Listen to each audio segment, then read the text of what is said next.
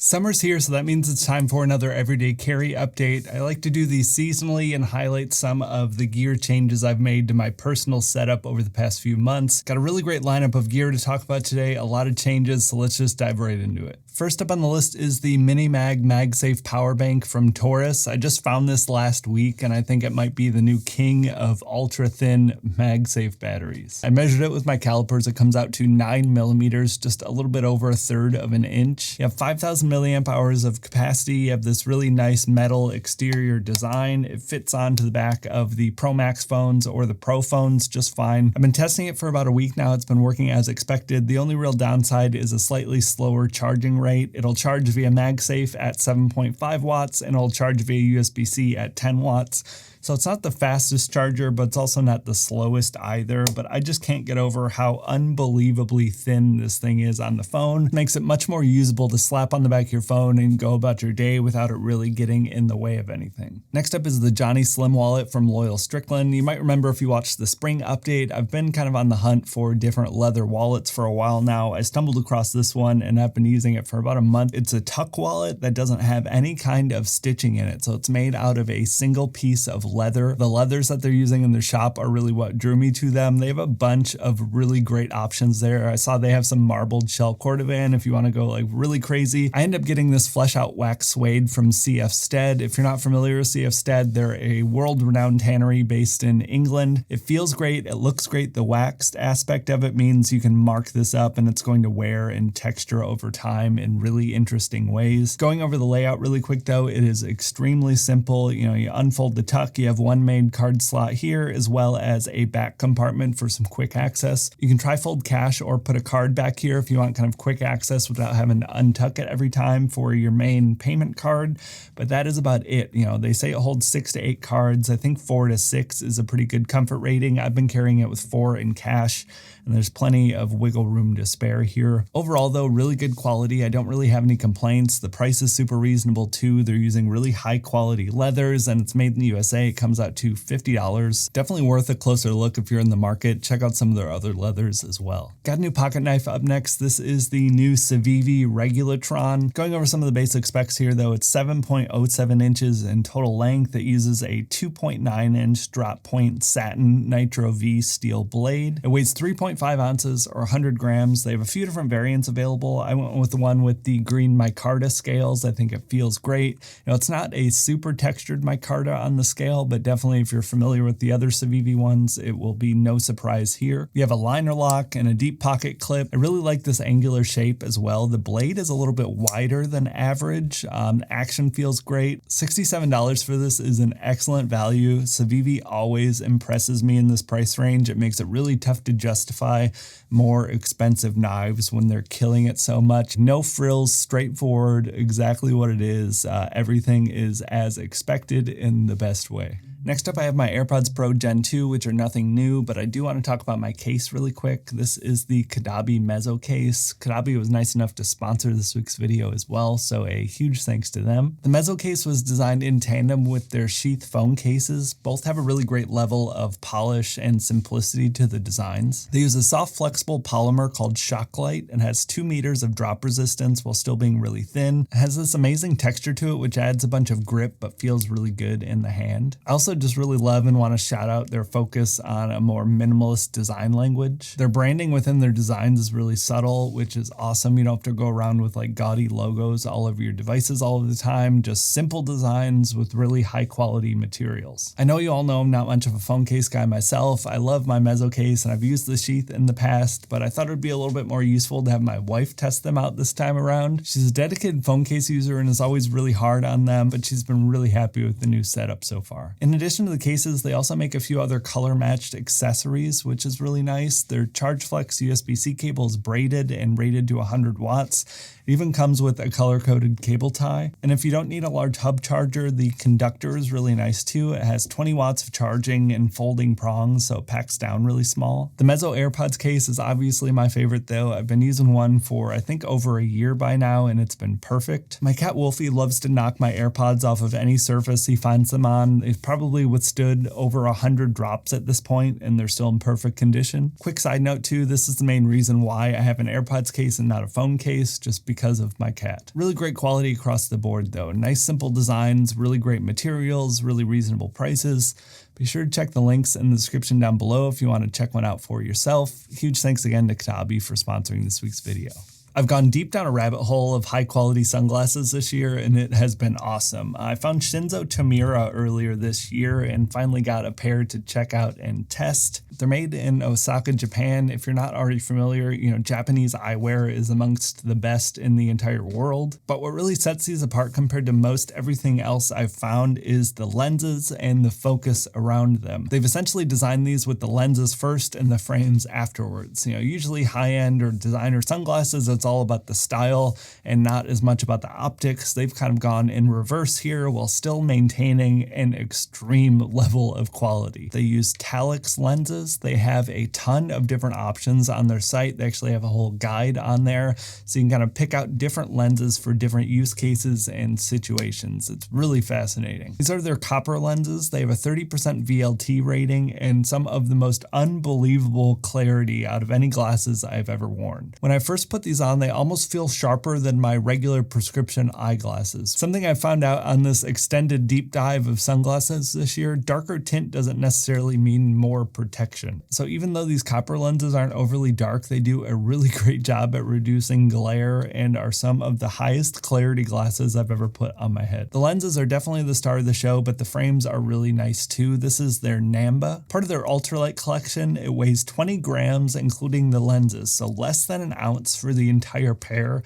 You really forget about them when they're on. Between the clarity and the lightness, they're also really just flexible, so that makes them extra comfortable on top of the low weight. They still have a really great feeling of quality to them. Extremely impressed with these, and they're definitely the best lenses I've ever had on any sunglasses. Moving into my on-person items really quick, this is the Charra hat from Sendero Provisions. I've got a few different ones I've been cycling through. I'm a huge fan of all of the Sendero hat designs. They're fun without being too over the top or cringy. The hats are really well built. The prices are really reasonable too. I think they're $32, which is well in the normal range. Definitely worth a look. If you've seen any of my videos in the past year, I'm wearing a Sendero hat like 3/4 of the time. I do also want to give a quick update to my Ultrahuman ring. I really did a long deep dive in the spring one, so go watch that if you want longer details. But a few months in, I've still been loving it. They've added a ton of features. It seems like every other week they're rolling out some new big feature to the app. Really cool to see all of that going at once. I've still seen a few bugs here and there, just little minor things that aren't really too big of a deal. But I love having the smart ring. It's much better than having an Apple Watch or something, in my opinion. Better for sleep tracking, longer battery, all of that stuff. It's great. So go watch the spring video if you want like a longer form talk about it. Speaking of not wanting a smartwatch, I do have a new watch I am really excited to talk about. This is the Benrus Type 1C. If any of you caught my watch video the other week, I'm a huge fan of mil-spec watches and kind of old-time military designs with a ton of history behind them. This is a reissue of the original mil-spec Type 1 dive watch from Benrus that was produced from 1972 to 1980. There are a few of those floating around on the market, but they are very few and far between. They cost like $8,000 to $10,000 at this point. The original mil-spec requirements were pretty extreme. They were made for the underwater demolitions team. So the Type 1C reissue here is kind of a reimagining of that original watch. It's also really cool that Benrus did make the original Type 1 and they're releasing these, so it's not another brand paying homage. They made the originals and they're making these ones. They're marketing this new reissue lineup as if you know, you know, which is kind of fun. They actually released it in 4 different colors. So a little bit off spec in a sense. They have this white one here that normally has a white tropic strap, but I actually swapped it out for a tan nylon band. I felt it just fit my style a little bit better. But they also have a blue and a red and kind of more close to the original, a black option. Getting into some of the specs here though, it's a Swiss-made self-winding automatic movement. It's a Soprod P024 with a 38-hour power reserve. The case diameter comes out to 42.5 millimeters, which that honestly really surprised me. I think it wears much smaller than that. I have baby wrists that are 6 3/4 inches. I would not have flinched if I was told that this was a 40 millimeter watch. I had to measure it for myself to believe it. The entire case is bead blasted, so you get this just really smooth, consistent matte finish across the entire thing. You also have 300 meters of water resistance and a double domed sapphire crystal. I love the simplicity with the design of this watch face. There's no branding on it. The only text on here is really tiny around the 6 o'clock position. It says Swiss made. Otherwise, though, you just have hour markers and the hour and minute and second hands. Lume is also really solid here. You get it on the hour and minute hand as well as the hour markers around the exterior. I almost went with the black or blue color, but something about this white watch face just makes this design really pop for me.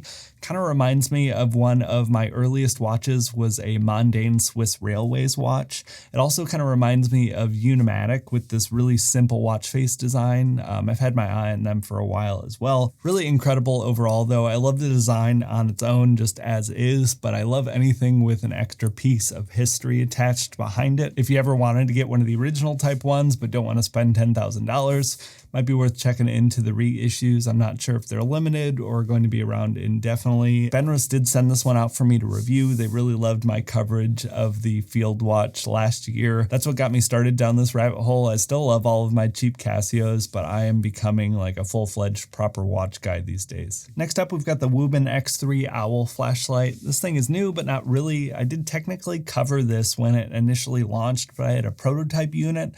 I got my hands on the official launch one because they made quite a few changes, so I've been carrying this again lately and forgot how much I love it. Probably the most versatile flashlight I've ever tested in terms of how many things it can do. Kind of looks like a baby version of the X2 I've been carrying lately, except it has one very specific, very cool feature.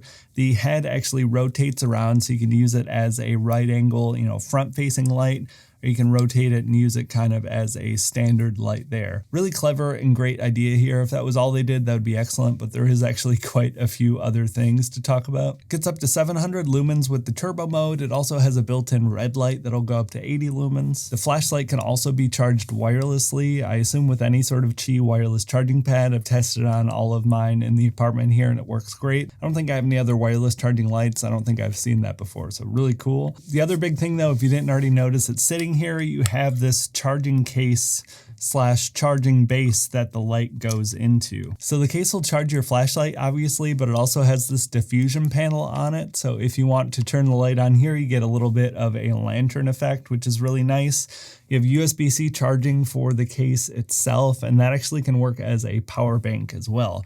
It's only 3,000 milliamp hours for this charging case, plenty for the flashlight, but a little, underpowered if you want to use it as a power bank, but that'd be more than enough.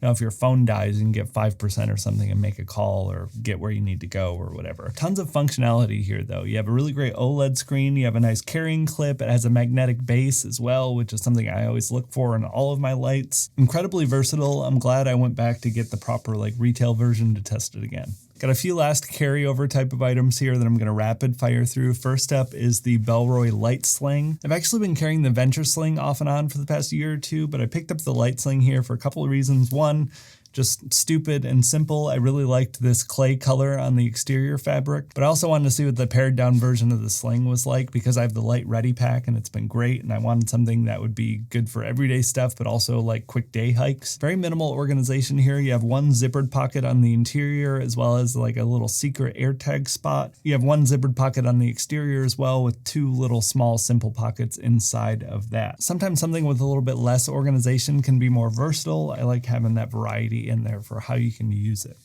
I've got my Vala Alta hanks, which I've talked about a bunch of times. They're still great. I'm still waiting on a larger size. They're linen handkerchiefs, so they're going to be a little bit better than cotton in a bunch of different ways.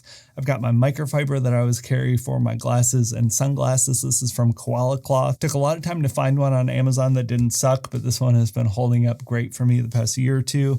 And I've got the king of key organizers, the Jibbon Key Organizer. It's leather. I think it holds 3 to 9 keys. It's held up really well, perfectly designed. Tested so many key organizers over the past few years, none of them can beat the Jibbon. That actually wraps up the video this week though. A fairly significant update. I usually don't have this many changes all in one season. I think it's just been extra busy around here. I've had a lot of gear cycle through. I've got to test a lot of fun things. I'd love to hear about your carry down in the comments down below. Leave that. Let me know what watch I should get next. I've become full-blown watch guy lately. I'm obsessed. Researching for the Bear video and digging into the Benrus history. A ton of fun. I'm obsessed. So leave that as well. Thank you all so much for watching though, and I'll talk to you in the next one.